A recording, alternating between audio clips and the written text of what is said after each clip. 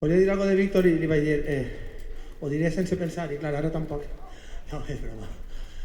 A veure, per a mi Víctor Nieto és una persona a la que conec des de fa quasi uns 20 anys, quan vaig anar a estudiar a Barcelona, i és ja no aquestes persones que també m'ha marcat com a persona, és d'aixòs músics que des del primer moment en què vaig tindre l'ocasió de compartir música vaig notar que tenia algo especial.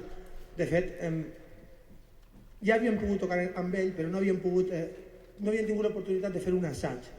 I la banda va fer un assaig el divendres i suposo que concordareu amb mi en que les sensacions quan tens un baterista d'un nivell com és el cas de Víctor són increïbles.